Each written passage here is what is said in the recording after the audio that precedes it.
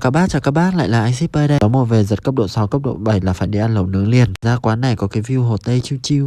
Nướng thịt là hết sảy các bà bè. Thịt nướng sẽ ở trên ngói như này này các bác ạ. Thêm bơ, thêm dầu ăn. 2-3 rô nướng thịt xèo xèo thôi. Đây có đủ topping thịt nầm, giải bò ba chỉ, tẩm ướp rất là vừa vị, đậm đà. Mỗi tội nướng hơi lâu các bác ạ. Một tấm ngói này chắc chỉ đủ tốc độ cho 2 người ăn nhiều, nhưng nói chung về chất lượng thì không chê vào đâu được. Đặc biệt kim chi ở đây được ướp rất là vừa vị, không quá cay. Ăn kèm thịt chấm sốt thì út chao ơi, quá trời đã. Ăn xong rất recommend các bác để bụng để ăn thêm món lẩu gà ớt hiểm nha. Lẩu ở đây cũng ngon bó cháy bọ chết luôn. Khẩu vị thanh trong, thơm mùi nấm, cay cay vị ớt. Tôi thấy cũng cay bình thường nên các bác không ăn được cay đừng lo quá nha. Ra ăn kèm cả là ngũ vị bì, chua chua mát mát.